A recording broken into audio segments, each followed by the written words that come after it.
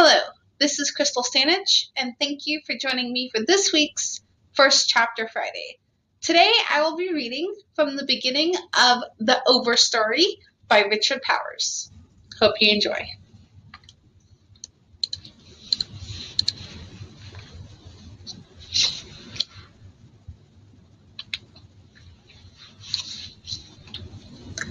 The greatest delight which the fields and woods minister is the suggestion of an occult relation between man and the vegetable.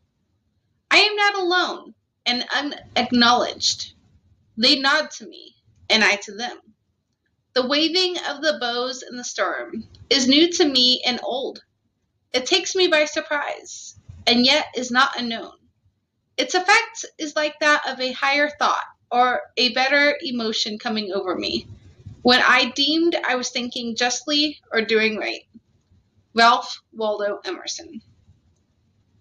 Earth may be alive, not as the ancients saw her, a sentient goddess with a purpose and foresight, but alive like a tree that quietly exists, never moving except to sway in the wind, yet endlessly conversing with the sunlight and the soil, using sunlight and water and nutrient minerals to grow and change, but all done and imperceptibly, that to me the old oak tree on the green is the same as it was when I was a child.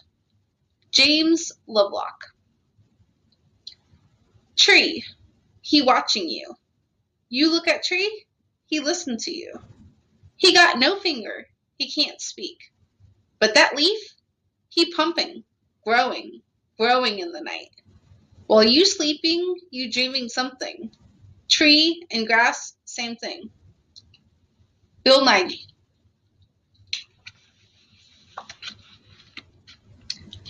Chapter 1. Roots.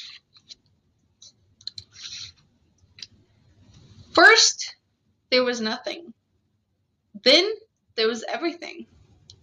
Then, in a park above a western city after dusk, the air is raining messages. A woman sits on the ground, leaning against a pine. Its bark presses hard against her back, as hard as life. Its needles scent the air and first hums in the heart of the wood. Her ears tune down to the lowest frequencies.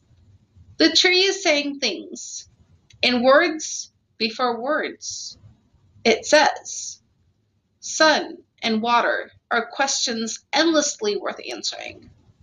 It says, a good answer must be reinvented many times from scratch. It says, every piece of earth needs a new way to grip it.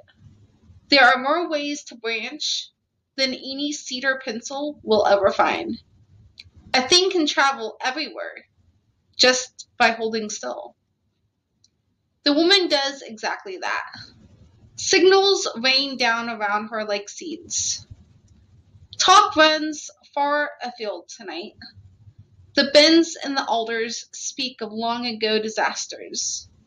Spikes of pale chinquapin flowers shake down their pollen. Soon they will turn into spiny fruits. Poplars repeat the wind's gossip. Persimmons and walnuts set out their bribes, and rowans their blood-red clusters.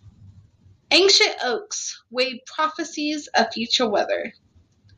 The several hundred kinds of hawthorn laugh at the single name they're first to share. Laurels insist that even death is nothing to lose sleep over. Something in the air's scent commands the woman. Close your eyes and think of willow.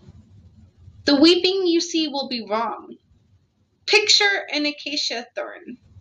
Nothing in your thought will be sharp enough. What hovers right above you? What floats over your head right now? Now. Trees even farther away join in.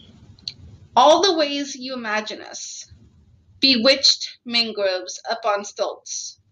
A nutmeg's inverted spade. gnarled Baja elephant trunks, the straight up missile of a sow, are always amputations. Your kind never sees us whole. You miss the half of it, and more. There's always as much below ground as above. That's the trouble with people, their root problem. Life runs alongside them, unseen. Right here, right next.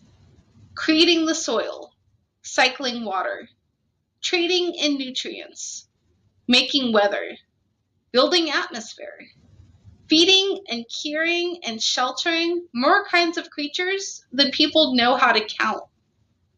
A chorus of living wood sings to the woman, if your mind were only a slightly greener thing, we'd drown you in meaning.